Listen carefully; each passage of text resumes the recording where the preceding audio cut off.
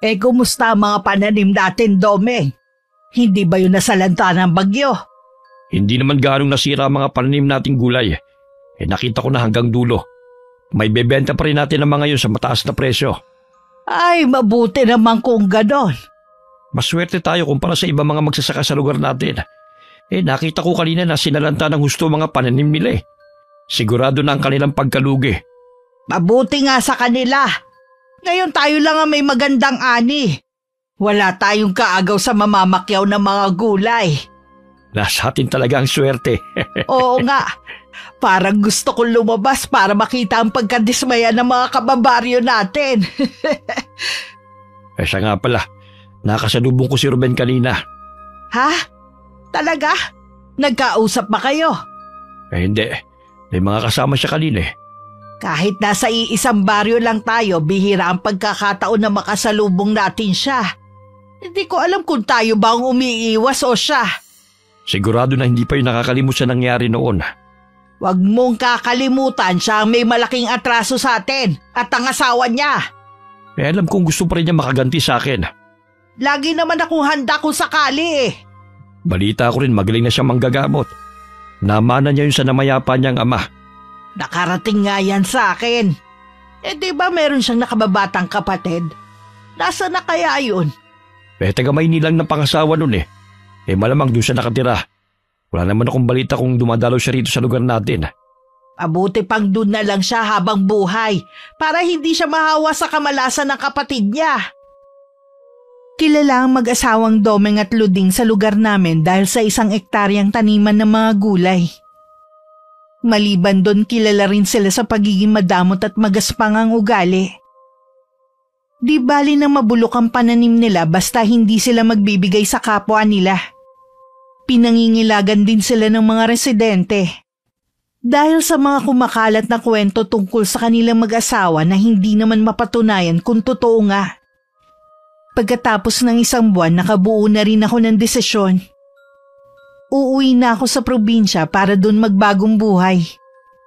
Habang nagmumuni-muning mag-isa, may kumatok sa pinto. Dahil sa pag-aakalang kapitbahay, agad ko yung binuksan. At bumungad sa akin si Gail. Bakit dala mo ulit ang mga gamit mo?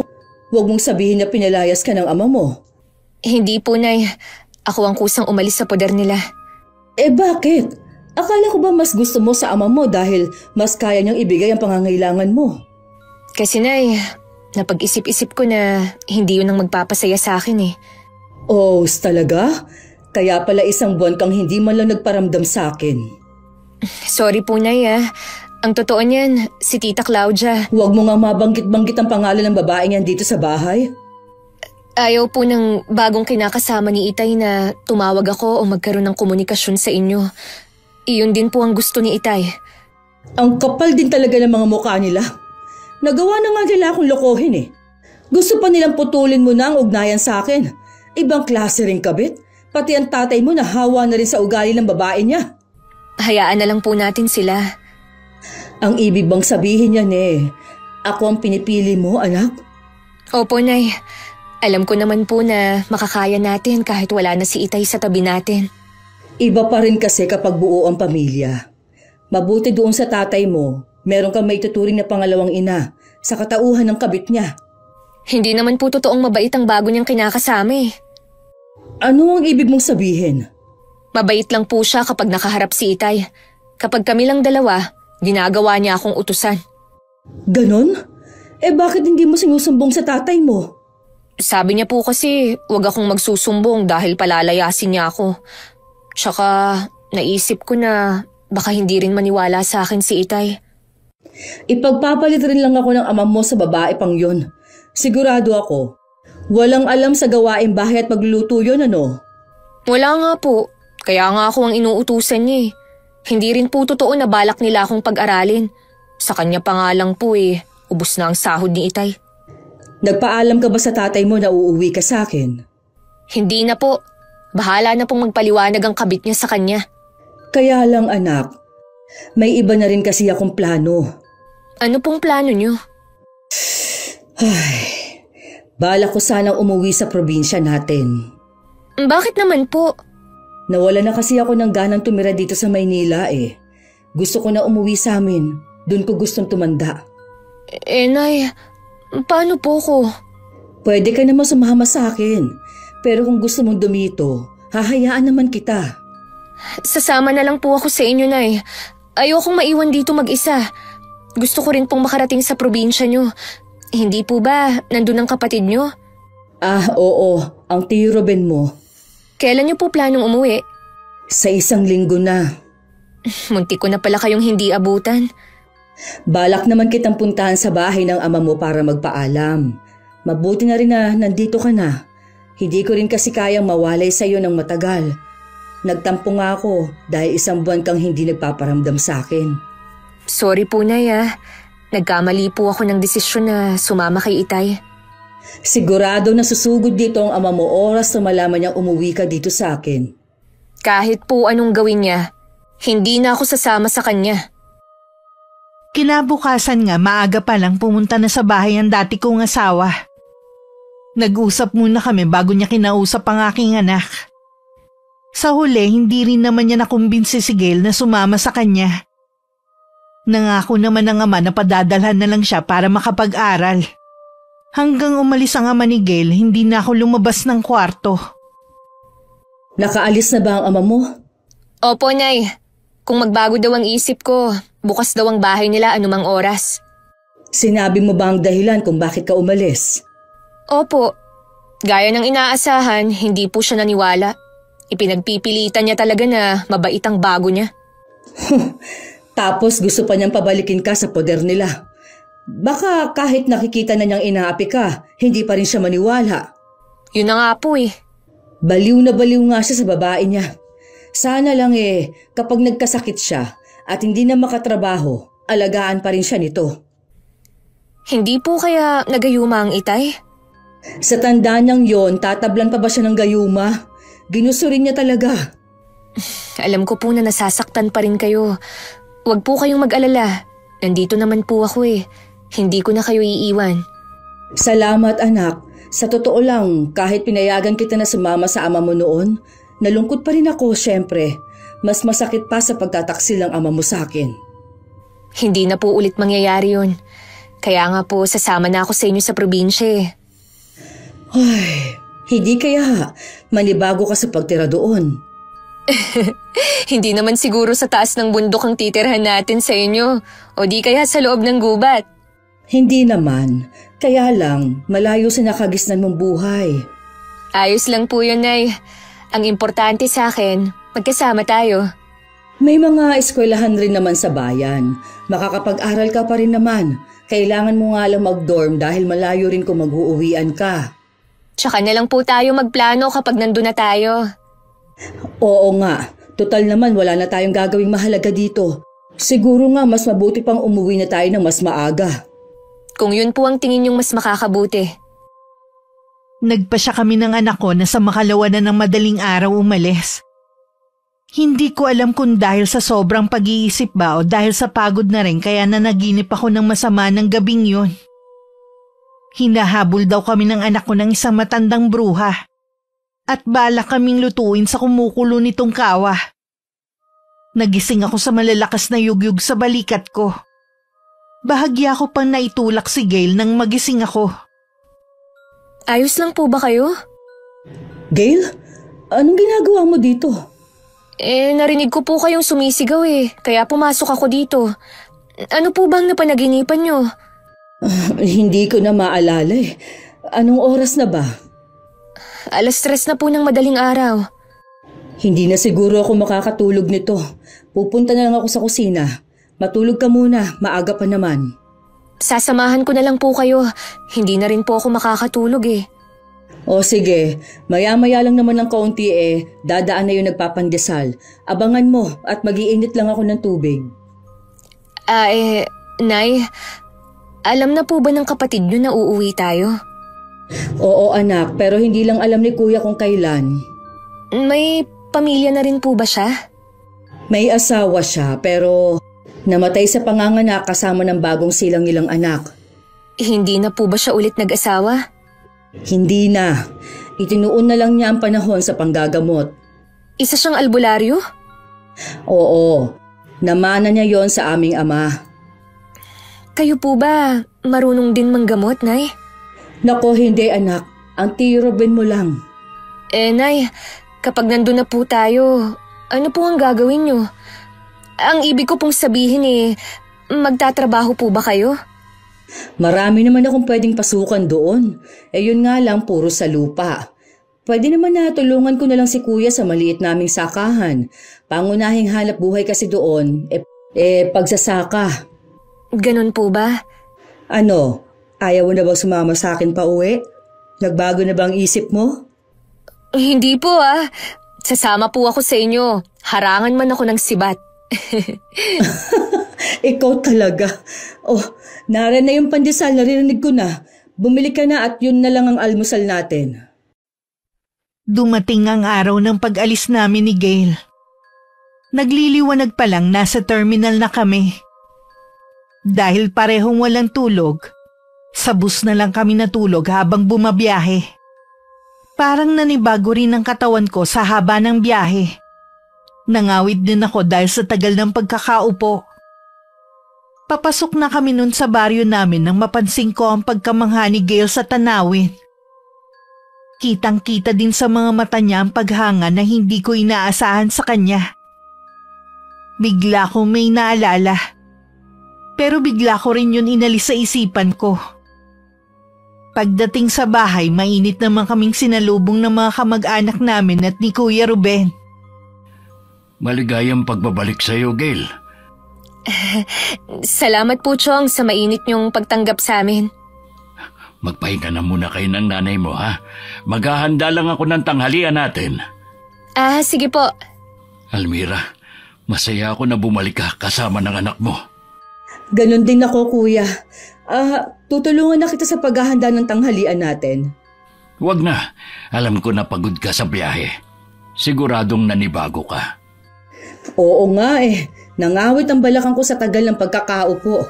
Tsaka may edad na rin ako kaya siguro hindi na makatagal sa pagkakaupo. Hoy, maiwan ko muna kayo. Huhulihin ko lang ang isa sa mga alaga kong manok para pang-ulam. Oh, tumahimik ka na riyan, anak. Nagtataka lang po ako sa sinabi ni Tio Ruben. Bakit sinabi niya na maligayang pagbabalik sa akin? Ito pa lang naman ang unang beses kong nakarating dito Baka nagkamali lang siya ng pagkakasambit kanina. Huwag mo nalang pansinin. Baka nga po. Halika na muna sa magiging silid natin. 2 lang pala ang kwarto sa bahay na ito. Hindi na rin siguro naisip ni kuya na ipagawa dahil mag-isa lang naman siya. Bahay pa ito ng mga magulang namin kaya kung mapapansin mo luma ang disenyo. Nung makita ko nga po itong bahay niyo, pakiramdam ko, bumalik ako nung unang panahon. Kamukha po kasi ang bahay niyo sa mga picture sa libro Oo nga, sana hindi pa ito masira. Pero alam ko, matibay ang mga kahoy na ginamit sa paggawa nito. Nay, yung nadaanan natin na malawak na taniman ng gulay, kilala niyo po kung sino ang may-ari? Ang ganda kasi parang kumikinang ang mga pananim nilang gulay sa ilalim ng sikat ng araw. Halatang alagang-alaga nila ang mga pananim nila.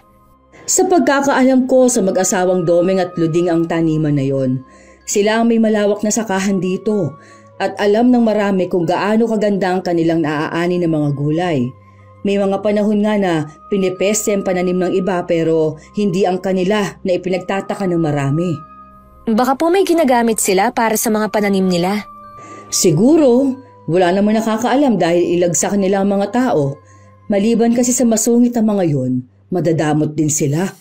Paano po sila naging madamot? Kahit na mabubulok na ang mga gulay nila, hindi pa rin sila mamimigay. May mga tao palang katulad nila. Oo naman, kaya ikaw, iwasan mo na mapagawi sa taniman nila. Kahit hindi niyo po sabihin yan, iiwasan ko po talagang pumunta doon. Ayoko naman po na magkaproblema kayo. Salamat anak ha. Lagi na lang ang kapakanan kong iniisip mo. Napansin ko rin, mas bumait ka pagkatapos mo manggaling sa bahay ng itay mo at nung kabit niya. Marami lang po akong natutunan habang nandun ako. Iba pa rin po pala kapag mismong nanay ang kasama. Dati po, Naiinis ako sa inyo dahil wala na kayong ginawa kundi sermonan ako sa mga ginagawa ko. Yun pala, para lang sa kabutihan ko. At saka, yung hindi ko po naranasan sa inyo, doon ko naranasan sa bago ng Itay. Sabi ko naman sa'yo, iba kapag nasa ibang bahay ka. Ikaw lang ang kailangang makisama. Parang ngayon ko po nararamdaman ng pagod. Hihiga po muna ako O sige, mahiga ka na lang muna dito ha. Hindi naman ako inaantok. Tutulungan ko muna ang Tio Ruben mo. Mamaya na lang natin ayusin ang mga gamit. Iniwan ko na sa kwarto si Gail. Hinanap ko si Kuya sa likod ng bahay. Nandun din pala ang pamangkin naming lalaki na mas matanda kay Gail ng ilang taon. Ang binata nagtatanggal ng balahibo ng manok. Oh, akala ko nagpapahinga ka. Si Gail lang ang inaantok. Ako naman mahabang itinulog ko sa bus. Nawala na rin naman ang pagod ko. Talaga bang hindi na kayo magkakabalikang mag-asawa? Naku kuya, malabo na at meron na siyang kinakasama. Pwedeng may ginawa sa kanya yung babae para mapaibig ang asawa mo. Sabi nga ni Gail, baka daw ginayuma ang ama niya. Pero hindi naman ako naniniwala. Ginusto rin yun ni Aurelio. Ay siya, hindi na kita pipilitin pa kung yan ang tingin mo. Salamat nga pala kuya at tinanggap mo kami dito mag-ina. Huwag ka mag-alala. Maghahanap buhay rin ako para hindi kami maging pabigat sa iyo. Tutulungan kita sa sakahan natin. Ano ka ba? Kahit kailan hindi kayo magiging pabigat sa akin. Natutuwa nga ako at bumalik na kayo. Tungkol naman sa lupa natin, mas maigi siguro na ibang trabaho na lang ang hanapin mo. Bakit naman? Huwag mong sabihin na ibinenta mo ng lupa natin. Hindi ko yung gagawin ang hindi ko pinapaalam sa'yo. Bakit nga kuya? Sumama ka sa akin. Meron akong ipakikita sa'yo. Nauna naglakad si Kuya Ruben, sumunod naman ako sa kanya. Hanggang marating namin ng lupang sakahan na pamana ng mga magulang namin. Nang makita ang lupa namin, hindi ko na napigilan na magtaka. Wala kasi ni isang nakatanim. Nagmistula yung disyerto. Anong nangyari sa lupa natin? Ay, ilang taon nang ganyan ang lupa natin. Para bang isinumpa. Kalaunan, namamatay ang lahat ng tinatanim ko. Ilang beses ko nang sinubukang magtanim pero lagi lang hindi umaabot sa anihan. Malaking pera na rin na nalulugi sa akin kaya tinigil ko na muna. Magaling ka namang magsasaka kaya nakapagtataka nga. Samantalang mataba naman ang lupa natin noon. Alam ko na may kinalaman ng mag-asawang yon kung bakit nagkaganito ang lupa natin. Kaya nga lang, wala akong ebidensya. Baka ako pa ang mapasama kung kukumprontahin ko sila. Tuso din ang mag-asawang yon kuya. Mahirap na silang kalabanin. Naniniwala ako na balang araw, matatanggal din ang maskara nila at malalaman ng mga tao ang tunay nilang katauhan. Napakatagal ng panahon, pero wala pa rin nakakatuklas sa tunay nilang pagkatao. Ayokong isipin na mawawala tayo sa mundong ito na... Huwag mong sabihin yan, Almira. Hindi ako mamamatay na hindi na ibubunyag ang matagal na nilang lihim. Igaganti ko pa ang asawa ko sa kanila. Ngayong nandito na ako, lagi akong nasa tabi mo kuya. Susuportahan kita sa lahat ng plano mo. Salamat sa iyo. Alam ko na maaasahan kita at lahat ng kamag-anak natin. Kuya, ipaalam ba natin kay Gail ang totoong pagkatao niya? Huwag na muna sa ngayon. Magsabi ka lang kung kailan ka nahanda. Mabait na bata si Gail at sa edad niyang 20, malawak ng pangunawa niya sa maraming bagay. Hindi rin siya katulad ng ibang kabataan na lahat ng nakikita sa mga social media gustong gayahin at makipagsabayan. Nakikita ko ngayon sa kanya. Salamat sa paghubog para maging mabuting tao si Gail. Bago kami bumalik sa bahay, muli kong inilibot ang paningin ko sa lupa namin. Naroon ang pagkadismaya. Pero wala na akong magagawa sa problemang yun. Nang kakain na kami ng tanghalian, ginising ko na si Gail. Pinagsaluhan naming tatlo ang masaganang tanghalian ng araw na yun. 1 linggo na kaming naroon nang maisipan kong magluto ng kakanin at saka ibenta. Natutunan ko ang pagluluto noon nung buhay pa ang aming ina. Katatapos ko lang noon magluto nang dumating naman si kuya galing sa panggagamot. Kumusta ang pasyente mo? Magaling na siya. Mabuti na agapan. Anong naging sakit niya?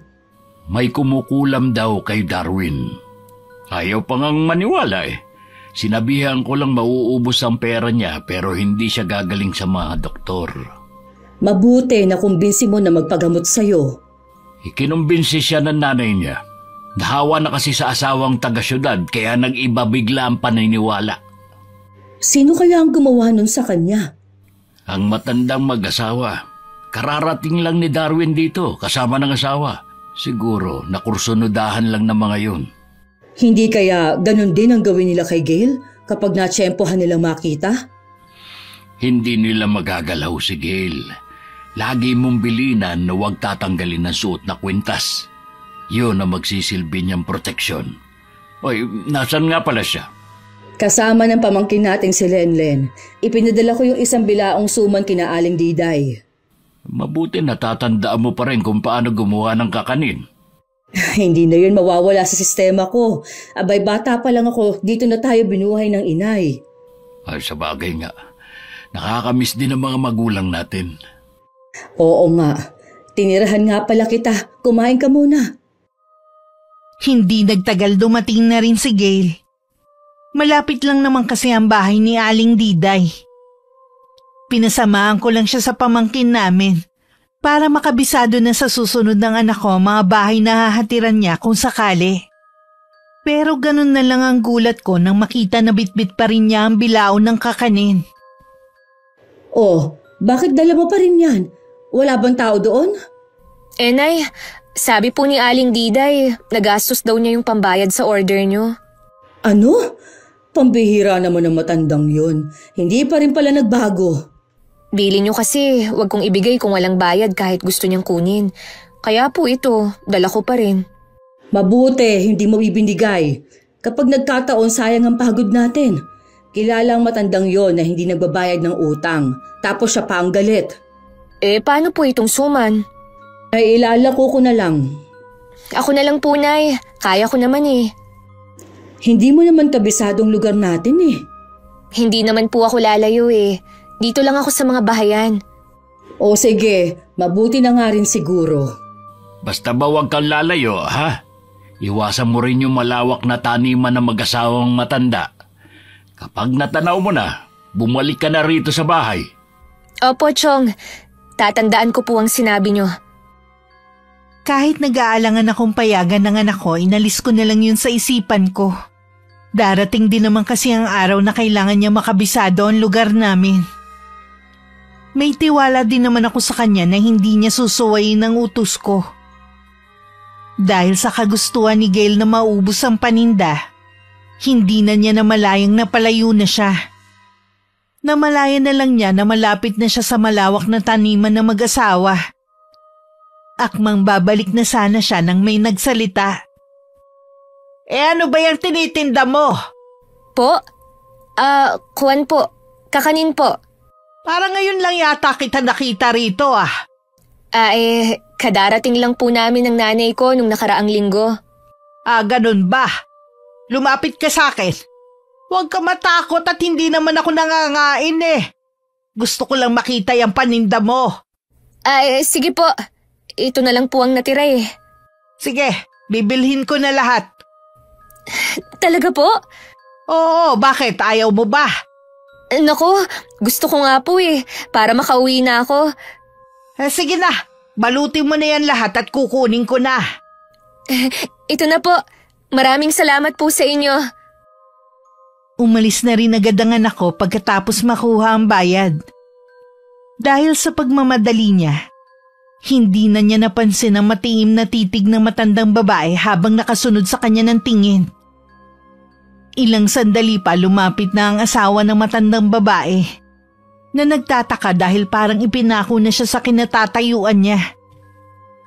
Sinong kausap mo, Luding? Hindi ko kilala eh. Naglalako lang siya ng kakanin. Binili ko na lahat, bihira lang naman tayong makakain nito eh. Kanino kayang anak ang babaeng yun? Hindi ko alam. Pero sabi niya kadarating lang nila rito ng nanay niya. Baka taga-bayan o ibang lugar. Siguro nga. May iba nga pala ako. Magaling na si Darwin. Napagaling siya ni Ruben. Mahusay talaga siya gaya ng kanyang ama. Dapat matinding karamdaman na lang ang ibinigay mo sa kanya eh. Matindi na nga ang orasyon na iginawad ko eh. Sadya lang talagang mahusay si Ruben kaya napagaling niya. Siguro naman ay magtatanda na si Darwin. Akala yata niya ay madadaan niya tayo sa paninindak niya eh. Tapos ka na ba sa ginagawa mo? Oo. Uuwi na ba tayo? Oo. Madilim na naman ang langit eh. Mabuti naman at umuulan na. Iba pa rin kapag tubig ulan ang dumidilig sa mga pananim natin.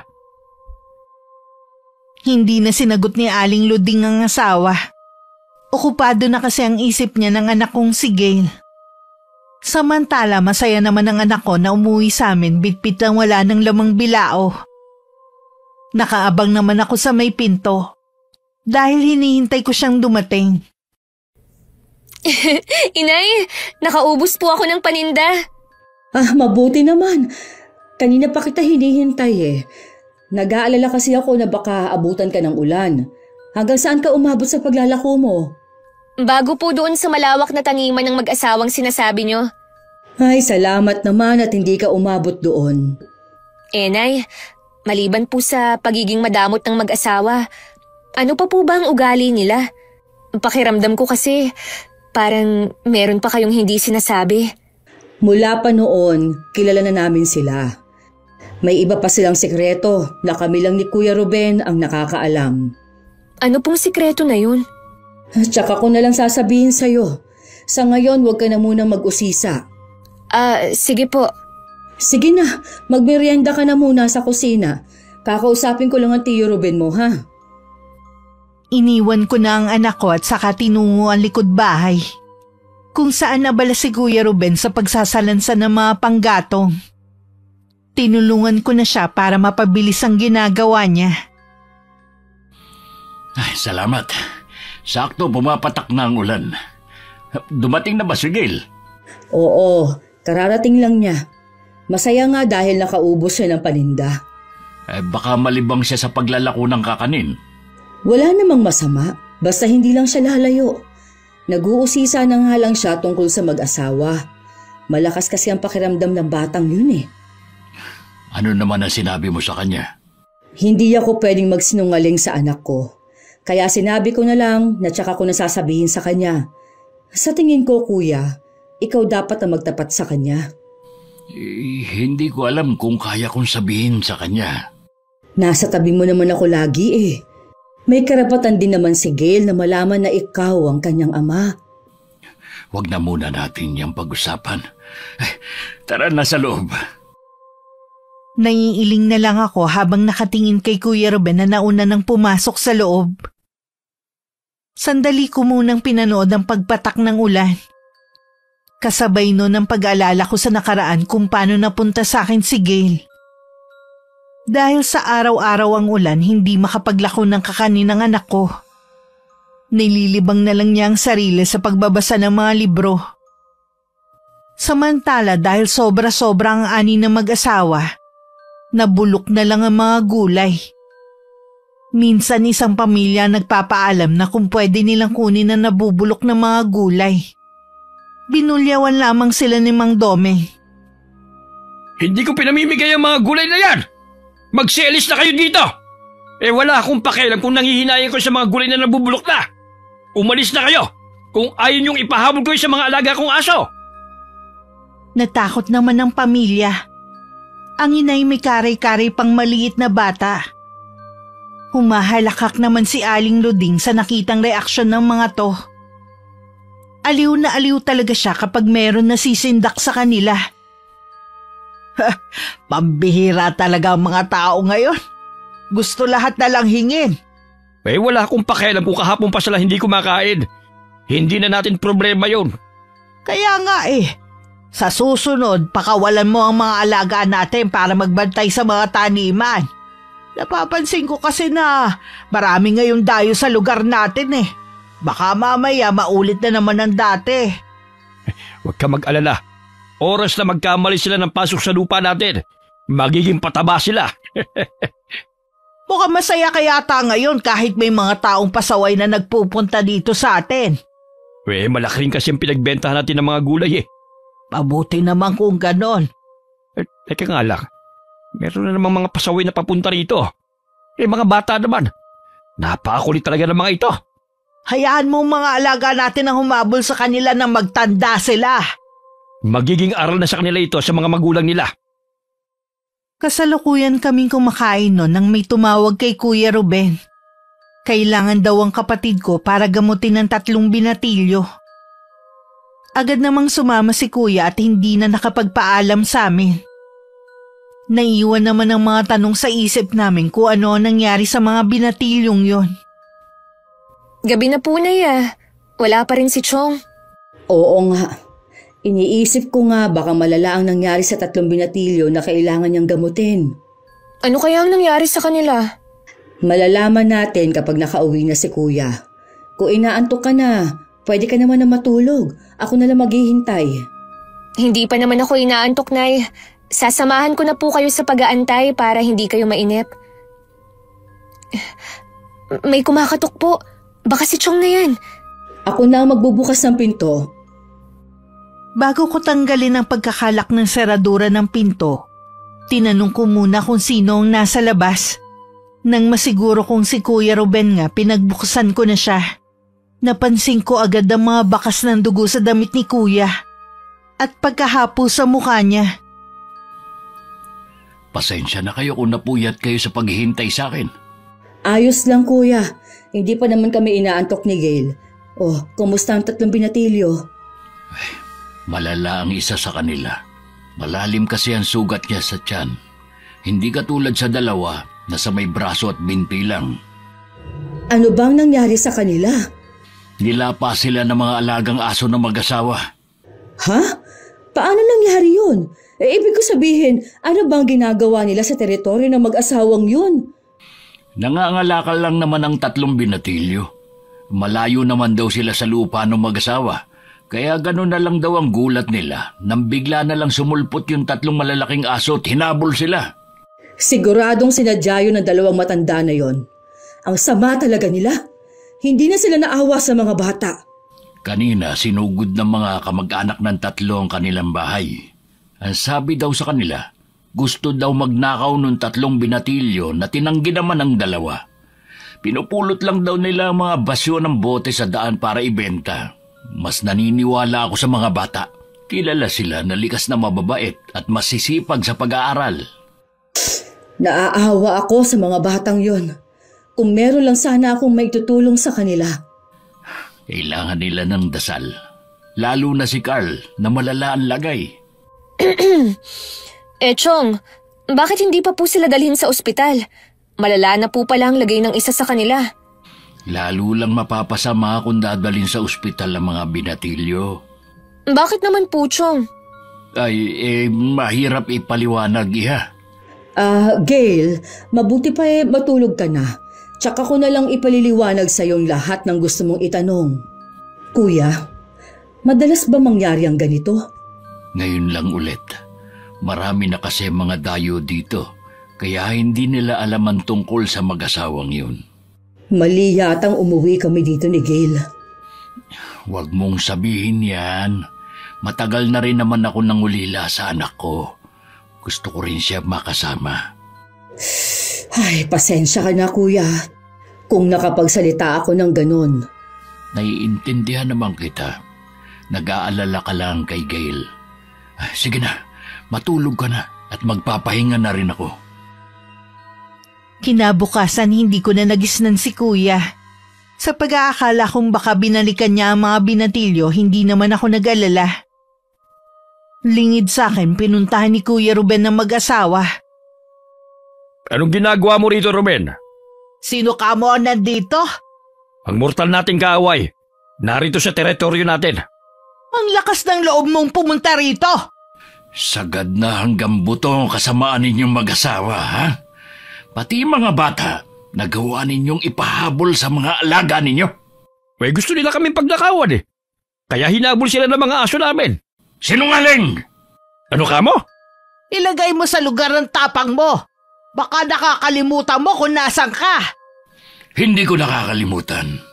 Hindi ko lang maatim na pati mga inosenteng bata sinaktan ninyo. Ay, pagsabihan mo mga kababaryo mo na huwag gambalain ng pananahimik namin. Kayo ang gumagambala sa katahimikan ng mga taga rito. Mula nang dumating kayo. Kung mahal mo ang buhay mo, umalis ka na. Gagawin ko lahat para mapaalis kayo sa baryo namin. Mga salot kayo! Teka nga lang. Gusto mo yata masakmal ng mga alaga namin. Hindi ako natatakot sa mga alaga ninyo. Sige, ilabas mo sila! Nakakapanibago ang pinapakita mong katapangan, Ruben. Talaga bang hinahamon mo na kami, ha? Baka gusto mo na rin sumunod sa mag-ina mo. Bago ako sumunod sa kanila, sisiguruhin ko na kayo muna ang mawawala. Talagang... Hayaan mo na lang siya. Iniwanan pa ng matatalim na sulyap ni Kuya Ruben na mag-asawa bago naglakad palayo. Natitigilan naman ang dalawa at hindi maganda ang kutob sa pagpunta na yun ni Kuya.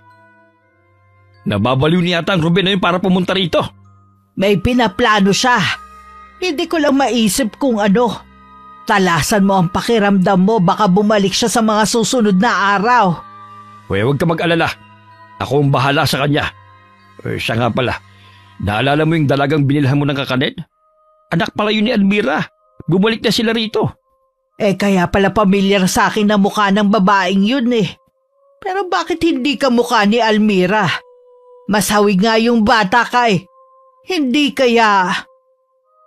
Nung gabi lihim na bumalik ulit si Kuya Ruben sa bahay ng mag-asawa. Pakubli-kubli siya sa mga pananim para hindi siya makita. Natanaw naman niya ang mga alaga nilang aso. Nang masigurong tulog na ang mag-asawa, tsaka niya inilabas ang sariwang karne na tumutulo pa ang dugo.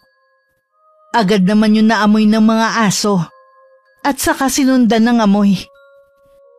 Sige, lumapit kayo. Dadaling ko kayo sa lugar kung saan kayo nararapat. Kahit nakita na siya, hindi man lang siya inangilan ng mga aso. Mas interesado sila sa dala niyang karne. Hanggang makalayo sa bahay at marating ang gubat, tsaka na lang ibinigay ni Kuya ang mga malalaking tipak ng karne na may pampatulog. Ilang sandali pa, isa-isa nang tumumba ang 3 aso. Ganyan nga, matulog kayo ng mahimbing. Hindi karapat-dapat mag-alaga ang mag-asawang yun ng mga aso. Ginagamit lang kayo para makapanakit ng tao. Kinabukasan maagang bumangon si Mang Domeng. Nagtataka naman na hindi siya sinalubong ng mga alaga. Bigla naman siyang kinutuban ng hindi maganda. Hinanap niya ang mga yun pero ni bakas wala siyang makita. Para bang naglaho na lang basta ang mga alaga niya. Saan ka ba nagpunta ha? Namamaos na ako sa kakatawag sa'yo mula kanina eh. Hinanap ko yung mga alaga nating aso eh. Mula kaninang umaga wala na sila eh. Baka nandyan lang sila umiikot sa taniman natin. Naikot ko na ang buong taniman natin ng gulay. Hindi ko sila makita. Namaos na nga rin ako sa katatawag pero hindi sila lumalapit. Kung nakalabas man sila, siguradong bumalik na sila. Alam ko na may nangyari sa kanila. Hanapin ko muna sila sa labas. Teka lang, Domeng. Delikado kung pupunta ka sa kabahayan. Talagang hindi na siya nagpapigil pa. Una muna naghanap si Mang Domeng sa gubat. Nang hindi makita doon ng mga alaga, tsaka naman siya nagtungo sa ibang panig ng baryo. Hanggang hindi na niya namalayan na nasa kabahayan na siya. Bahagya siyang natigilan nang makitang masama ang titig sa kanya ng mga taga ron. Imposible na mabuhay pa ang mga alaga ko kung nakarating sila rito. Baka mapag-initan ako. Kailangan ko na umalis. Akmang tatalikod na siya nang biglang may sumigaw sa likod niya. Isang galit na lalaki ang pasugod sa kanya habang may hawak na pamalo. Para siyang ipinako sa kinatatayuan niya hanggang makalapit ang lalaki. Ang ibang naron sumugod na rin sa kanya. Dahil marami ang umaatake sa kanya, hindi na niya nagawang ipagtanggol ang sarili. Nagawa naman niyang makatakas pero bugbog sarado naman ang inabot niya. Domeng! Ano nangyari sa'yo? Sino may kagagawan niyan sa'yo? Ang mga tao, sinugod nila ako. Galit sila sa akin. Mga hayop sila! Ano karapatan nila para saktan ka, ha? Magbabayad ang mga taong yun sa ginawa nila sa'yo. Hindi ko kasi namalayan na nakarating na ako sa kabahayan. Huli na para makaiwas ako. Yung isang lalaking sumugod sa akin, ama ng isa sa mga binatilyong sinakmal ang alaga natin. Kasalanan din naman nila kung bakit nangyari yun sa mga anak nila eh. Hindi nila bantayan para hindi nakakarating sa mga lugar na bawal sila. Sa narinig ko kanina, patay na ang isa sa binatilyo. Wala akong pakialam kahit maubos pa sila. Maupo ka na muna dyan at kukunin ko lang ang mga gamot. Nag-aalala ako sa mga alaga natin. Baka may masama nang nangyari sa kanila. Huwag mo na silang intindihin kung patay na sila. Mas mahalaga ang buhay mo kaysa sa mga hayop na yun. Pero Luding, matagal na natin silang alaga. Kahit papano'y kapamilya ng turing ko sa kanila. Itong tandaan mo, Domeng. Tayo lang ang magkapamilya. Parang baliwala lang sa yung ilang taon ng pagsiservisyo ng mga alaga natin sa atin. Pwede naman natin silang palitan kung gusto mo eh. Ayoko ng kapalit. Hahanapin ko pa rin sila kapag kaya ko na. Napahamak ka na nga dahil sa paghahanap sa kanila eh. Itutuloy mo pa rin talaga na hanapin sila. Titigil lamang ako kapag nakita ko mismo ng mga mata ko na wala na sila. Ay, bahala ka na ka. Ang tigas ng ulo mo. Nang sumunod na mga araw, sunod-sunod ang pagkakasakit ng mga tao. Mabuti na lang naroon si Kuya Ruben. Alam niyang kagagawan niyo ni Aling Luding. Dahil gusto nitong ipaghiganti ang asawa na binugbog ng mga tao. Mabuti pa kuya, magpahinga ka naman.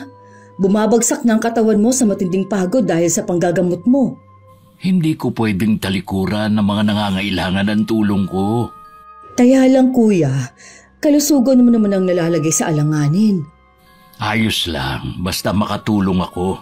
At isa pa, hindi ako basta pababagsakin na matinding pagod lang. Kumain ka na muna kuya para makabawi ka ng lakas mo. Iniwan ko muna si Kuya Ruben at pinuntahan si Gail sa labas ng bahay. Naabutan ko siyang tulala at parang malalim ang iniisip. Kinalabit ko siya at bahagya pa siyang nagulat. Nakakagulat naman kayo, Nay. Natulala ka na kasi dyan. Nandito po kanina si Mang Domeng. Ha? Nasaan na siya? Umalis na po siya. Meron ba siyang sinabi sa'yo? Hinahanap po niya ang mga alaga niya. Bakit naman niya dito hahanapin? Hindi ko rin po alam eh. Pero sabi niya, alam niyang si Chong lang ang pwedeng gumawa nun. Nambintang pa talaga siya. Pasalamat siya at hindi akong nakausap niya, kundi makakarinig siya na maaanghang na salita sa akin. Nay, meron pa siyang sinabi eh. Kung hindi daw natin ilalabas ang mga alaga niya, matutulad daw tayong lahat sa mag-ina ni Chong. May kinalaman ba sila sa pagkamatay ng pamilya ni Tio Ruben? Ay, siguro wala namang masama kung pahapyaw mo nang malalaman ang nangyari noon. Sila nga ang pumatay sa asawa ni Kuya sa pamamagitan ng kulam. Talaga po? Kaya hanggat pwede, iwasan mo sila. Tara na sa loob ng bahay. Pinapasok ko muna si Gail sa kwarto namin. At saka ko binalikan si Kuya na tamilmil na kumakain sa kusina. Sinabi ko rin na nakausap ni Gail si Mang Domeng at hinahanap ang mga alaga niyang aso. Talagang pumunta pa siya rito? Magtapat ka nga, kuya. May kinalaman ka ba sa pagkawala ng mga alaga niyang aso? Oo. Kinuha ko ang mga alaga nila para hindi na maulit ang nangyari sa mga binatilyo. Kaya pala sigurado siyang ikaw ang kumuha sa mga alaga niya. Nasaan ang mga aso? Pasalamat sila hindi ko pinatay ang mga alaga niya. Hindi nila kasalanan na ganoon ang kanilang ugali. Walang dapat sisihin kundi ang mga amo nila. Nasaan na nga ang mga aso kung hindi mo sila pinatay? Itinali ko muna sila pansamantala sa lupang pag-aari natin. Sa oras na malaman nila na ikaw ang nasa likod ng pagkawala ng mga alaga nila, siguradong gaganti ang mga yun. Hindi nila yun malalaman. Sa susunod na bumalik siya, huwag niyo nang haharapin. Ako na ang bahala sa kanya. Alam na pala ni Gail ang tungkol sa pagkatao nila. Sinabi kasi ni Mang Doming na matutulad tayo sa mag-ina mo kung hindi ilalabas ang mga aso niya. Mabuti na rin sigurong malaman niya ang tungkol sa mag-asawang yon para maiwasan niya hanggat maaari. Balak ko na rin ipagtapat sa kanya kung ano ang tunay naming relasyon sa mga susunod na araw. Kahit anong pakiusap ni Aling Luding sa asawa na tigilan na ang paghahanap sa mga alaga nila, hindi niya mapasunod ang lalaki. Patuloy siya sa paghahanap sa mga yun araw-araw. Napabayaan na rin ni Mang Doming ang taniman nila na dahilan ng kanilang pagtatalong mag-asawa. Kailan ka ba titigil sa ginagawa mo, ha? Hanggat hindi ko nakikita ang mga alaga natin. Mga hayop lang ang mga yun pero ang mga pananim natin ang pinagkukunan natin ng kabuhayan. Pinababayaan mo na dahil sa paghahanap mo sa mga yun. Hindi ko rin maasikaso mga pananim natin kung sobrang pag-aalala ko. Kung hindi ka patitigil, gagamitan na kita ng orasyon. Sige, gawin mo. Basta ako gagawin ko rin ang gusto ko. Paano kung pinatay na sila ng mga tao para makaganti sa atin? Nararamdaman ko na buhay pa sila. Kaya hanapin ko sila kahit na anong mangyari. Yan, tigas talaga ng ulo mo, matanda ka. Kaya mo namang alagaan ang taniman natin. Kaya ikaw na muna ang bahala. Sige, gawin mo na ang gusto mo basta bumalik ka lang dito ng ligtas. Ilang araw na rin sinusundan ni Mang Doming ang kapatid ko. Malakas kasi ang kutob niya na may kinalaman si Kuya Ruben sa pagkawala ng mga alaga niya. Isang araw nagtaka matandang lalaki kung bakit imbis na tumuloy sa bahay si Kuya, sa lupa namin siya pumunta. Sa pagkakaalam kasi niya matagal nang hindi napapakinabangan ng lupang yun dahil inurasyonan ng asawa niya. Ganun na lang ang gulat ni Mang Doming na makita ang mga alaga na naroon at nakatali. Lingid sa kanya alam ng kapatid ko ang ginagawa niyang pagsunod. Sabi na nga ba ikaw ang kumuha sa mga alaga ko. Paano mo sila nadala rito? Pasalamat ka at dinala ko lang sila rito. Hindi kaya ng konsensya ko na patayin sila kahit malaki ang kasalanan nila. Ibalik mo sila sa akin kung ayaw mong dumanak muli ang dugo sa lupa mo. Hayop ka talaga. Pinaalala mo pa nangyari dito noon. Hanggang ngayon ba masakit pa rin ang pagkamatay ng mag-ina mo? Nangungulila ka pa rin sa kanila? Kung ayaw mong sapitin din ng kapatid mo at ng pamangkin mo ang nangyari sa mag-ina mo, ibalik mo sa akin ang mga alaga ko. Hindi mo na sila makukuha pa sa akin. Talagang hinahamon mo ako, ha? Dahil sa galit sinugod ni Mang Doming ang kapatid ko. Nagulat naman si Kuya Ruben sa lakas na ipinamalas ng matandang lalaki. Nabuwal sila at nagpambuno. Dahil masigit na malakas si Kuya kaysa sa kalaban, nagawa niyang isalya ang matanda. Hindi inaasahan ni Kuya na may patalim ito. At muli silang nagpambunong dalawa. Naagaw naman niya ang patalim at aksidente niya na itarak dito. Ganong eksena ang naabutan ko. Kuya! Almira, tulungan mo ko. Kailangan natin siyang magamot. Huwag kayong lalapit. Gagamutin lang kita. Wala akong masamang gagawin sa'yo. Hindi ko kailangan ng tulong mo. Huwag sanang matigas ang ulo mo, Mang Domeng. Gusto ka lang naming tulungan. Hindi nasabi! Ruben, alagaan mo mga aso ko. Nakikiusap ako sa'yo. Pumayag ka ng gamutin kita. Mang Domeng! Bumalik po kayo! Saan siya nagpunta? Ang bilis niya nawala. Yung dugo sa lupa, kuya. Sundan natin bago pa may makakita sa kanyang ibang tao. Sinundan namin ang mga patak ng dugo pero nawala na rin yun.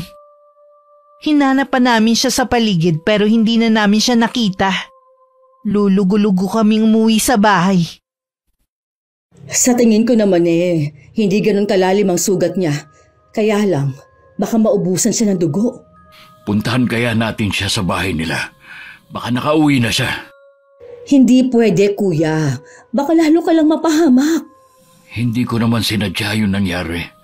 Alam ko naman yun Sinubukan naman natin na tulungan siya pero ayaw naman niya. Sana naman ayos lang siya.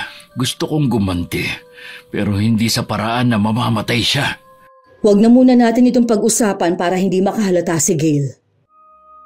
Nang mga oras na yun, nag-aalala naman si Aling Luding sa asawa. Dahil madilim na, wala pa rin ito. Parot parito na siya habang iniisip kung saan napadpad si Mang Domeng. Wala naman siyang matanungan ng mga tao dahil iniiwasan nga silang mag-asawa. Hanggang inabot na ng kinabukasan. Ang aga mo namang umalis ng bahay kanina. May balita ka ba? Wala Nakita ko rin si Aling Luding. Mukhang hinahanap din niya ang asawa. Nakapagtataka namang bigla na lang siyang nawala. Naisip ko yung sinabi mo na hindi naman malala ang sugat niya. Hindi kaya nasa isang lugar lang siya at nagpapagaling? Ilag sa kanyang mga taga rito. Sino naman ang tutulong sa kanya? Tama ka dyan. Sumasakit tuloy ang ulo ko sa kakaisip. Hayaan na lang natin ang pangyayari. Hintayin na lang natin kung kailan siya lilitaw. Oo nga. Baka maganda rin itong senyales na mapaalis natin si Aling Luding sa baryo natin. Baka maisip niyang lumayo na lang ngayong wala na ang asawa niya. Naging matulin ng mga araw. Pinilit namin maging normal ang mga kilos namin. Para walang makahalata na meron kaming tinatago ni Kuya Ruben. Isang araw na galing ako sa paglalako ng kakanin, hindi ko inaasahang makakasalubong ko si Aling Luding. Matiim ang titig niya sa akin. May kailangan po ba kayo? Matagal ka ring nawala Kumusta ka, Almira? Ayos lang naman po. Alam mo bang 1 linggo nang nawawala ang asawa kong si Domeng? Ganun po ba? Wala akong nababalitaan. Alam ko na may masamang nangyari sa kanya. Oras na malaman ko kung sino ang responsable sa pagkawala niya. Matindi ang magiging kabayaran. Bakit niyo po sa akin sinasabi yan? Walang may ibang motibo kundi kayong magkapatid lang. Una na wala ang mga alaga naming aso. Ngayon naman mismong si Domeng. Sana naman po, bago kayo magbintang, alamin niyo muna ang posibleng dahilan ng pagkawala ng asawa ninyo. Walang dahilan para bigla na lang siyang mawala. Subukan niyo pong hanapin sa ibang lugar. Huwag niyo na po akong gagambalain pa. Siya nga pala. Maganda ang anak mo Kaya lang bakit hindi mo yata siya kamukha? Mas kahawig niya na mayapang asawa ng kapatid mo. Hindi lang basta magkahawig para silang pinagbiyak na bunga. Binabalaan ko po kayo. Huwag na huwag ninyong kakantiin ni dulo ng daliri ng anak ko. Bilang ina, kaya ko pong gawin ang lahat para maprotektahan lang ang anak ko. Sa tingin mo matatakot mo ko Hindi po ako nananakot lang. Sinasabi ko lang ang pwede kong gawin. Sige po, Aling Luding. Hinihintay na kasi ako ng anak ko. Alam kong meron kang itinatago. Palalaman ko rin kung ano yun. Malayo-layo na ang nalalakad ko nang lumingon ako. Pero wala na sa kinatatayuan nito si Aling Luding. Mabuti na lang masama ang pakiramdam ni Gail dahil sa buwan ng dalaw. Kaya ako na lang ang naglako ng araw na yon. Pagdating sa bahay, sinilip ko lang ang anak ko sa kwarto at nakita ko nga natutulog siya. Ilang sandali pa dumating na si Kuya Ruben. Agad kong sinabi sa kanya ang pagtatagpo namin ni Aling Luding kanina habang pauwi ako. Sa tingin ko, Kuya, may alam na si Aling Luding tungkol sa pagkatao ni Gail. Natatakot ako na baka maunahan niya tayo sa pagsasabi sa kanya. Hinuhuli ka lang niya, kaya dapat kalmado ka lang kapag kaharap siya. Malaki kasi ang pagkakahawig ni Gail sa asawa mo, kaya siguro nagkahinala siya. Kukuha lang ako ng tiyempo at ipagtatapat ko na rin kay Gail ang lahat. Gawin na natin sa lalong madaling panahon. Nasaan ba si Gail? Masama ang pakiramdam niya. Nasa kwarto lang siya maghapon. Sabihan mo ko kapag nagising na siya. Dahil masama pa rin ang pakiramdam ni Gail, ipinagpaliban muna namin ng pakikipag-usap sa kanya. Kinabukasan naman maagang umalis si Kuya Ruben. Ako na nga din ang naglako ng kakanin dahil hindi pa rin maayos ang pakiramdam ng anak ko. Nang makaalis ako sa bahay, wala akong kaalam-alam na pupunta dun si Aling Luding. Kasalukuyang nasa balkonahin nun si Gail at nagpapahangin. Ano pong kailangan nyo? Sa'yo ko may sadya, iha. Sa akin po? Ngayon ako nakakasiguro na anak ka ni na Ana at Ruben. Ho? Tama po bang narinig ko sa inyo? Oo, iha. Hindi mo tunay na magulang ang mga nakalakhan mo. Hindi mo tiyuhin si Ruben, kundi ama mo. Pero, hindi ko po maintindihan. Namatay ang tunay mong ina dahil sa panganganak sa'yo. Malamang ikaw ang sinisisi ng ama mo kaya ibinigay ka niya sa kinikilala mong ina. Hindi po ako naniniwala sa inyo. Kailangan sa kanila ko mismo marinig ang sinasabi nyo. Sige, tanungin mo sila. Umalis na po kayo rito. Ayoko pong magkagulo dito sa bahay ng dahil sa inyo. Alam nyo na hindi kayo welcome sa bahay na to. Marami akong masasamang naririnig na ginagawa nyo. Siguro narinig mo kina Ruben at Almira, no? Kahit po yung ibang tao, hindi maganda ang sinasabi nila tungkol sa inyo. Sikat pala ako sa baryong to. Malayo pa lang natanaw ko na si Aling Luding nakausap ang anak ko. Kaya binilisan ko na ang mga hakbang ko para makalapit ako agad. Kulang na lang lumabas ang puso ko sa kinalalagyan nito dahil sa matinding kaba. Anong ginagawa mo dito, Aling Luding? Ang bilis mo namang umuwi, Almira. Naubos ba agad ang paninda mo, ha? Ang tanong ko ang sagutin nyo. Ano po ang ginagawa ninyo dito? Itanong mo na lang sa anak mo kung ano ang napag-usapan namin. Isa lang ang masasabi ko sa iyo, Almira. Hindi habang buhay maitatago ang sekreto ninyo. Hayaan mo ako magpaliwanag. Sige, maiwan ko na kayong mag-ina, ha?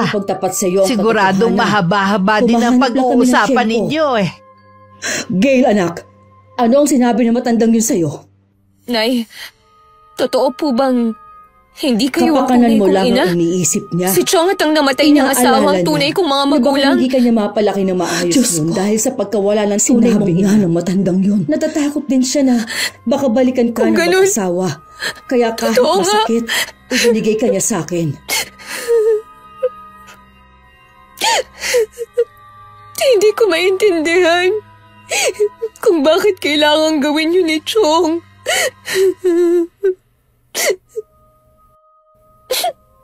Napakababaw pa rin ang dahilan na yun, Nay. Siguro para sa'yo ay mababaw na dahilan yun. Gail! Pero para sa isang sandali lang, anak, mag-usap muna tayo. Mo lang ang iniisip. Hindi yun mababaw lang. Kung hindi pa nagpunta rito si Aling Luding, hindi ko pa malalaman ang itinatago niyo. Balak na nga naming ipagtapat sa'yo kahapon. Kaya lang nga masama pa rin ang pakiramdam mo. Maniwala ka, Gail. Hindi namin intensyon na lokohin ka. Walang intensyon. Pero ilang taon yung itinago. Iwan niyo muna ako. Gusto ko lang mapag-isa. Wala akong nagawa kundi pabayaan na muna si Gail. Buong maghapon lang siya nagkulong sa kwarto namin. Hanggang dumating si Kuya Ruben, hindi pa rin siya lumalabas. Ipinagtapat ko na rin na naunahan na kami ni Aling Luding sa pagsasabi ng katotohanan sa dalaga. Sa palagay ko, ginawa yun ni Aling Luding para gumante. Dahil may hinala siya na tayo ang nasa likod ng pagkawala ng asawa niya. Kakausapin ko si Gail. Gusto raw muna niya mapag-isa. Hayaan na lang muna natin siya. Mas naging komplikado pa tuloy. Wala naman akong ginusto kundi ang kaligtasan ng anak ko. Binigo ko si Ana na pangalagaan ng anak namin. Hindi yan totoo. Kung nasan man ngayon si Ate Ana, alam ko na masaya siya. Kapag natapos ang problema natin, babawi ako kay Gail. Pupunuan ko mga taon na hindi kami magkasama. Mabait ang anak mo, kuya. Naguguluhan lang siya ngayon. Pero maiintindihan niya rin ang ginawa natin balang araw. Oh, alam ko naman yun. Maiba ako. May balita na ba kay Mang Doming? May sinabi ang pinsan ni Itay kanina na si Cholauro. Hindi ko alam kung maniniwala ba ako. Alam mo naman na hindi normal ang pag-iisip niya. Ano bang sinabi niya? May kamag-anak daw si Mang Doming sa kabilang baryo. Hindi kaya nandun siya. Anong ginagawa niya dun? Bakit hindi siya umuwi sa asawa niya? Hindi pa naman tayo sigurado sa bagay na yan. Pupunta ako doon para alamin. Hindi ba pwedeng ipagpabukas mo na lang? Baka abutin ka kasi ng gabi eh. Oh, sige. Pupuntahan ko na muna si Aling Luding para balaan. Alam ko na may iba siyang pinaplano. Nakatayo ako sa may bintana habang tinatanaw ang paglayo ni Kuya Ruben. Naramdaman ko ang pagtabi sa akin ni Gail. Saan po pupunta si Chong? Pupuntahan niya si Aling Luding. Ayos na ba ang pakiramdam mo? Opo. Nay, marami sana akong gustong itanong sa inyo. Sana po masagot niyo lahat. Sige, Iha. Sasagutin ko lahat. Bakit kinulam ni Aling Luding ang tunay kong ina? Nabanggit ko na sa'yo dati pa. May kadamutan ng mag-asawang yon. Noong mga panahong ipinagbubuntis ka ng nanay mo, gusto niya laging tinatanaw ang malawak na taniman ng mag-asawang yon. Tinangkarin niyang humingi ng gulay noon pero hindi siya binigyan. Doon nag-umpisa ang lahat. Minsan, may nawalang mga gulay daw sa taniman ng mag-asawa. Ang nanay mong pinagbintangan nila. Nag-umpisa noon, nagkasakit si Ate Ana hanggang sa kabuwanan niya na sa'yo. Dahil lang dun, kinulam nila ang tunay kong ina? Si Aling Luding ang mangkukulam. Sunod-sunuran lang sa kanya ang asawa. Gusto ka rin nilang saktan noon at bigyan ng sumpa. Mabuti na lang, mabilis mag-isip ang Kuya Ruben. Sinabi niyang namatay ka sa sinapupunan ng nanay mo bago ka pa isilang. Alam ba ni Itay ng asawa niyo na hindi niyo ako anak? Oo, magkasintahan pa lang kami noon. Ipinaako ka na sa amin ni Kuya kahit masakit, basta mailayo ka lang namin dito. Kung alam mo lang ang paghihirap ng ama mo, nang kunin ka namin. Sa palagay ko po, wala akong karapatang magalit sa inyong lahat. Lahat po kayo, minahal ako eh. Pasensya na, Naya, kung nagtampo man ako sa inyo. Mahigpit pang yumakap si Gail sa akin. Nangako pa siyang kakausapin na si Kuya na siyang tunay niyang ama. Samantala magkaharap naman si Aling Luding at Kuya ng mga oras na yon. Pareho nilang nararamdaman ang galit ng bawat isa. Siguro galit na sa'yo ang anak mo dahil sa ginawa mong paglilihim. Hindi mo ba talaga titigilan ang pamilya ko, ha? Sabihin mo muna kung nasaan ang asawa ko para tigilan ko na kayo. Bakit hindi mo hanapin sa kamag-anak niya? Walang ibang kamag-anak si Domeng maliban sa akin. Kaya wag mo akong nililinlang. Alam ko na may kinalaman ka sa pagkawala niya. Kung ako sa'yo, sabihin mo na kung ayaw mo mapahamak ang anak mo. Subukan mong saktan ang anak ko, magsisisi ka. Baka gusto mong sumunod na sa asawa mo. Sinasabi ko na nga ba may kinalaman ka sa pagkawala ni Domeng? Nasaan ang katawan ng asawa ko? Sabihin mo na sa akin kung nasan siya. Wala kang malalaman sa akin. Kahit hindi ka umamin, alam ko may ginawa kang masama kay Domeng gaya sa mga alaga namin. Huling babala ko na ito sa'yo. Tigilan mo na ang pamilya ko. Wala ka ng kakampi ngayon, mag-isa ka na lang. Kung ayaw mong sugurin ka ng taong bayan dito, piliin mo na dapat ang maging mabuti.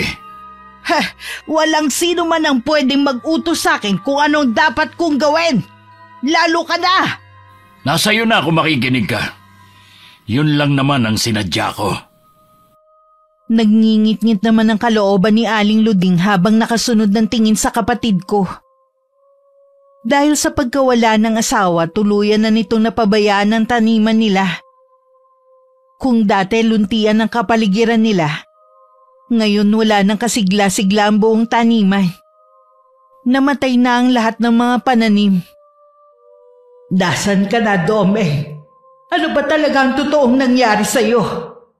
Sino ang tinutukoy ni Ruben na kamag-anak mo? Alam ko lahat sila tinalikuran mo para sa akin. Bumalik ka na sa akin. Nang makauwi si Kuya Ruben sa bahay, mahigpit siyang sinalubong ng yakap ni Gail.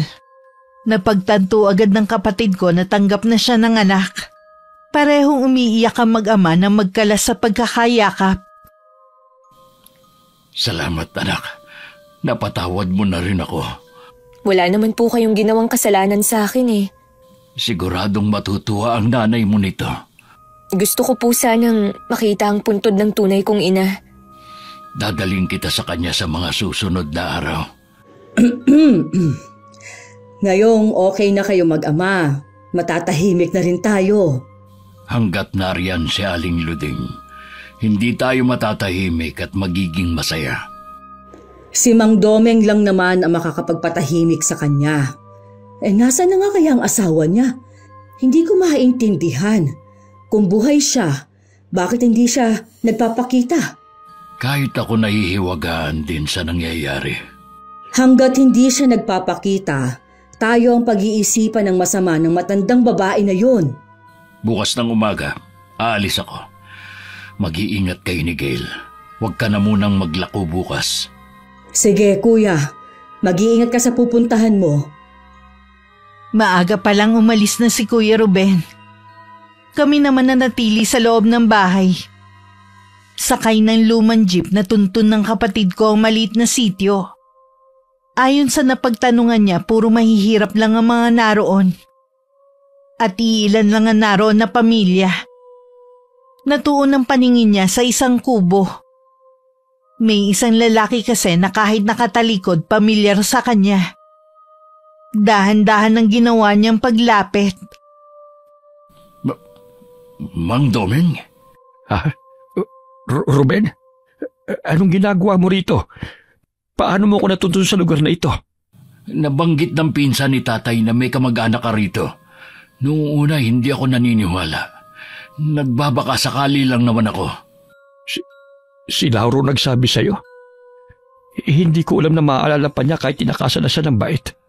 Sabihin mo nga, kayo ba may kagagawan kung bakit nasiraan ng bait ang pinsan ng itay? Si Luding may kagagawan ng lahat. Ginamitan niya si Lauro ng isang uri ng kulam na kung tawagan ay palipad hangin. Bakit niya ginawa sa tiyuhin ko ang bagay na yun? Natuklasan kasi ni Lauro ang pinakaiingatan na sikreto ni Luding. Kaya nga may kumalat na haka-haka tungkol sa kanya noon. Mabuti na lamang hindi lahat naniwala at kusa na lamang namatay ang balita tungkol sa pagiging mangkukulam niya. Lalo na nung unti-unting nasiraan ang bait ang tiyuhin mo. Ikaw, anong dahilan mo? Bakit mo pinagtataguan ang asawa mo? Alam mo bang ilang beses na siyang nagpunta sa bahay? Pauwi na sana ako nung gabi ngayon sa bahay. Pero habang nakasalubong ko ang mga anak kong sina Deli at Naldo, patagal na pala nila akong sinusubaybayan. Magkaroon sila ng pagkakataon na isinama na nila ako. May mga anak ka? Oo, may una akong asawa. Namatay siya bago ko naging asawa si Luding. Magaling ka na naman ha. Bakit hindi mo pa siya binabalikan? Yun sana ang bala ko. Pero merong ipinagtapat sa akin ng mga anak ko. Kaya nagbago ang isip ko. Anong pinagtapat nila sa'yo?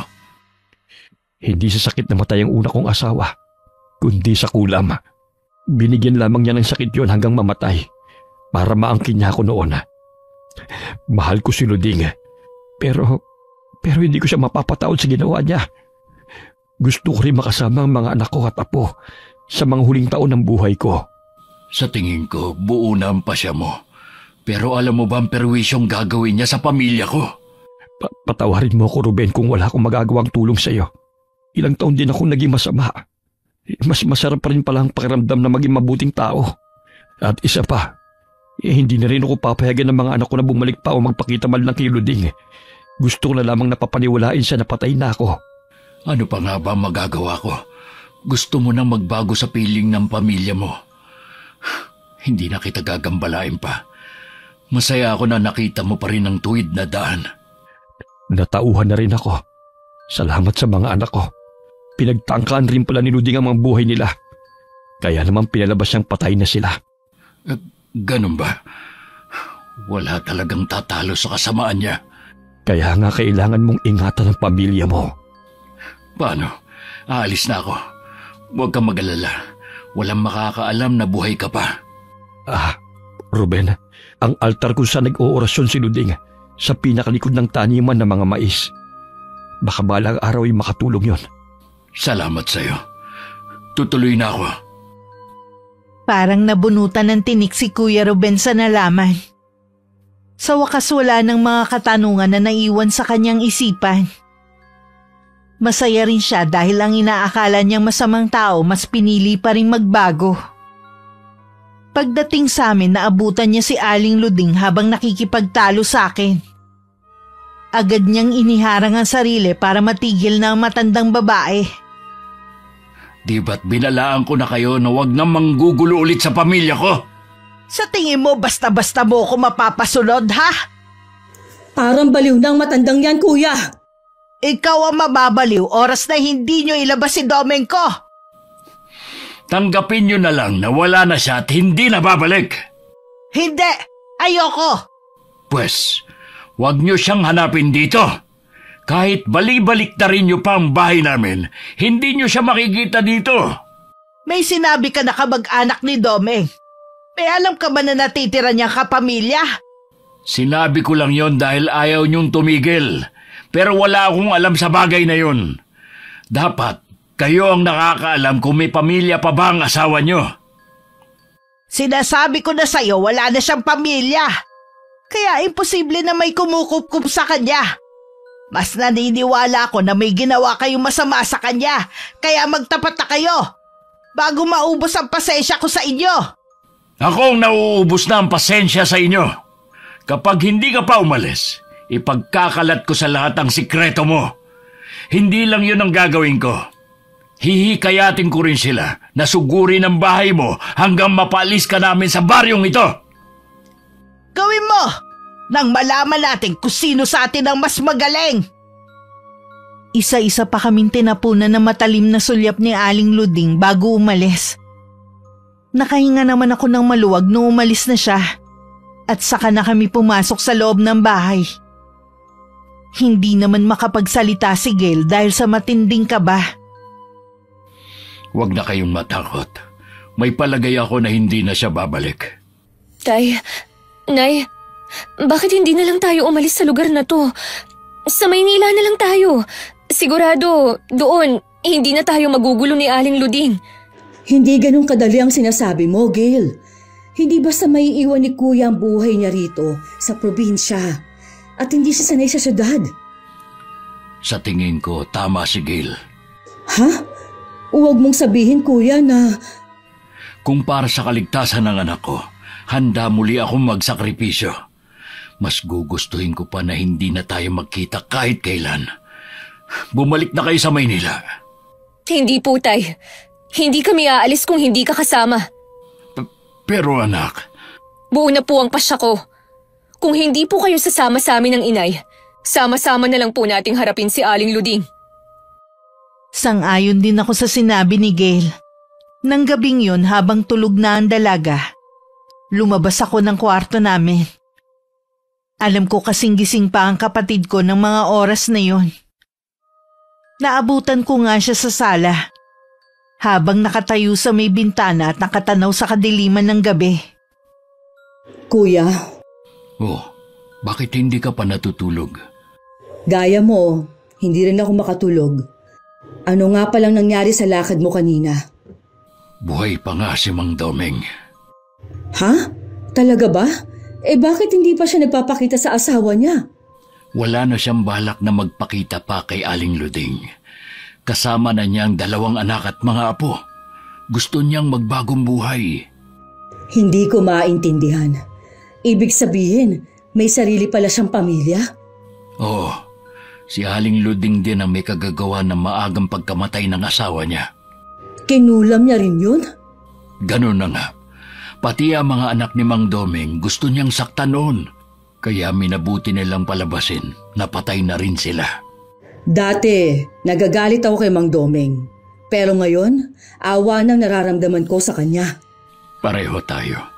Humanga rin ako dahil pinili niyang magbago. Habang may buhay talaga, may pagkakataon pa rin na magbago. Si Aling Luding kaya, kailan? Huwag na tayong umasa na magbabago pa siya. Sa bagay nga, ilang beses na siyang nagbanta sa atin eh. Sinabi mo ba kay Mang Domeng na tayo ang ginugulo ng asawa niya? Oo, kaya nga pinag-iisipan ko ang sinabi ni Gail. Ano ka mo? Kuya, kakayanin mo bang iwan ang bahay mo dito sa probinsya? Bakit hindi? Kung makakasama ko naman ang anak ko. Sa bagay nga, hindi naman sa'yo bago ang Maynila. Doon ka nga pala nag-aral noon. Aalis na tayo sa baryo na ito sa lalong madaling panahon. Kaya humanda na kayo ni Gail. Pareho kami masaya ni Gail sa naging desisyon ng kanyang ama. Pero ilang araw na lang bago ang pag-alis namin biglang nagkasakit ang dalaga. Noon lang din namin napansin na nawawala ang kwintas niya. Na binigay ng ama para proteksyonan siya. Lingid sa amin, hawak na yun ni Aling Luding. Tingnan ko lang, Ruben, kung magagawa mo pang magmalaki sa akin pagkatapos ng gagawin ko sa anak mo. Sa kanya ko ay gaganti ang mga ginawa mo. Kinuha na ni Aling Luding ang aklat ng karunungang itim na pag-aari ng kanyang pamilya. Ilang henerasyon na rin nagpasalin-salin ang aklat na yon. Dahil walang anak, parang sa kanya na matatapos ang pagsasalin ng kapangyarihang itim ng kanyang mga ninuno. Tikman niyo ang bagsik ng aking paghihigante. Lahat kayo pahihirapan ko. Kahit yun na lang ang huli kong gagawin dito sa lupa. Kahit hindi sabihin ni Kuya Ruben, alam kong may kumukulam kay Gail.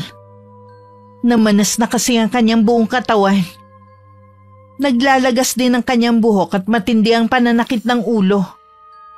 May mga butlig na rin na tumubo sa balat niya. At katagalan naging sugat na yon na may malansang amoy.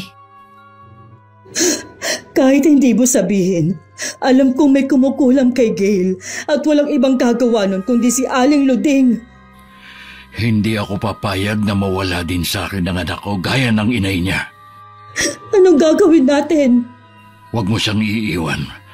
May kailangan lang akong puntahan. Pupuntahan mo ba si Aling Luding? Oo, kailangan matapos na ang ginagawa niya. Mag-iingat ka. Anak, gagaling ka. Pangako. Aalis muna ako ngayon, ha? Tay, wag po kayong umalis. Dito lang kayo.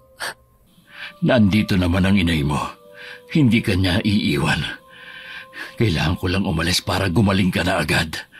Pangako, babalik agad ako.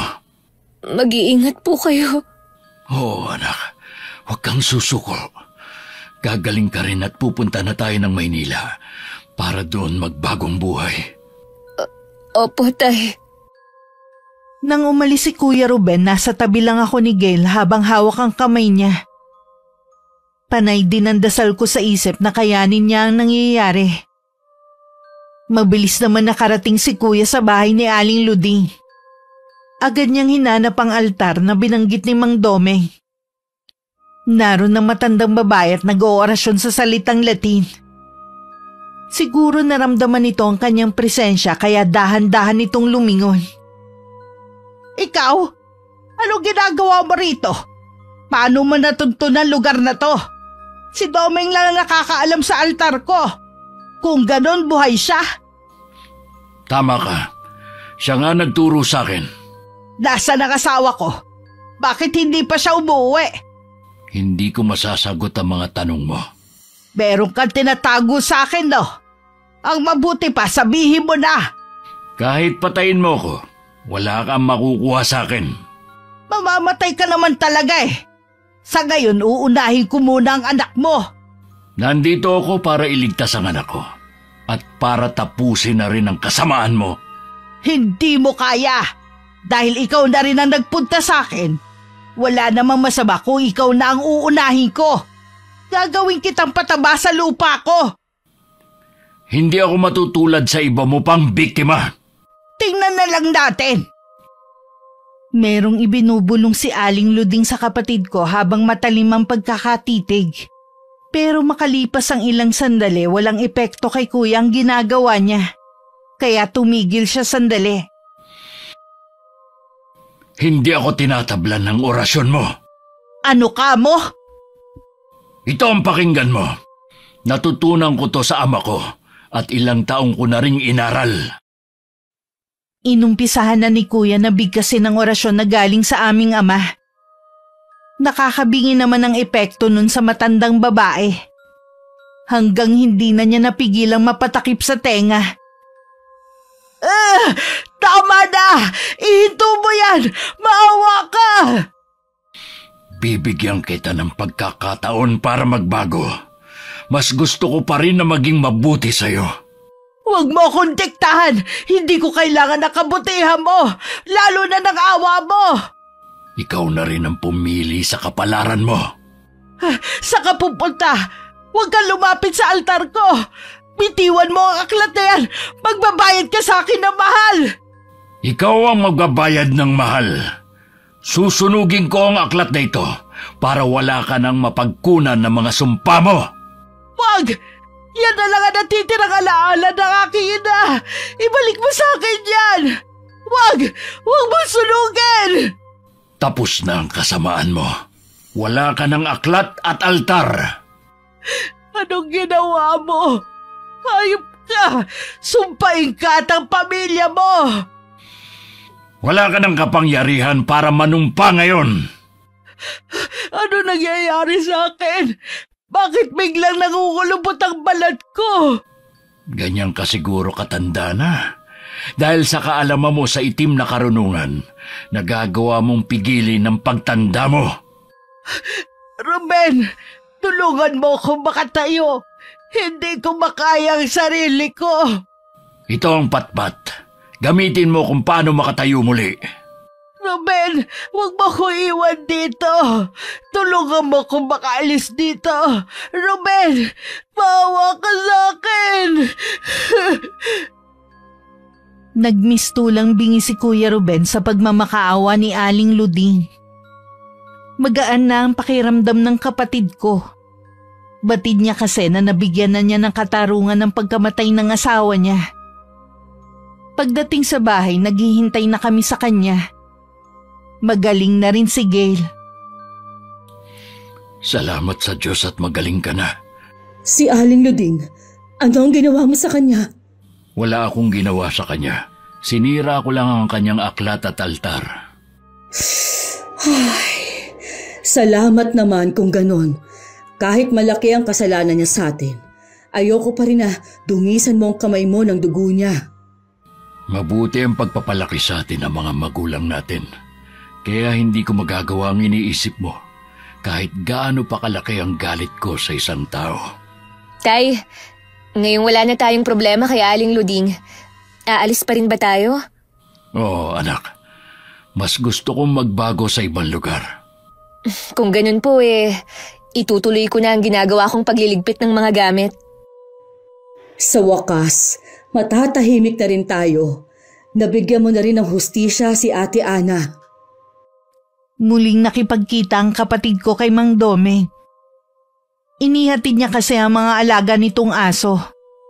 Nalabis na ipinagtataka ng matandang lalaki. Aalis na kami sa baryong ito. Walang mag-aalaga sa kanila kaya dinala ko na sila rito. Alam kong gugustuhin pa rin nila na ikaw ang makasama. Salamat sa paghatid mo sa kanila. Kumusta na pala si Luding? Wala na siyang kakayanan na mangkulam ulit. Nagawa kong sirain ang altar at aklat niya. Mas lalo siyang tumanda at halos hindi na makalakad. Nasa iyo kung babalikan mo pa siya. Hindi na. Masaya na ako kung nasan ako. Hangad ko ang tagumpay at kaligayahan niyo sa lugar na pupuntahan ninyo. Kinabukasan umalis na rin kami para harapin ang bagong bukas sa Maynila. Muling nakapag-aral si Gail ng sumunod na pasukan. Sa tulong ng dati kong asawa, nakapasok sa trabaho si Kuya Ruben sa pinapasukan nito. Magkahiwalay man kami ng asawa ko, tanggap ko na rin na hindi kami ang para sa isa't isa. Ang mahalaga para sa akin, malayo ang mga mahal ko sa buhay sa kapahamakan. At namumuhay kami ng simple at masaya. Wakas,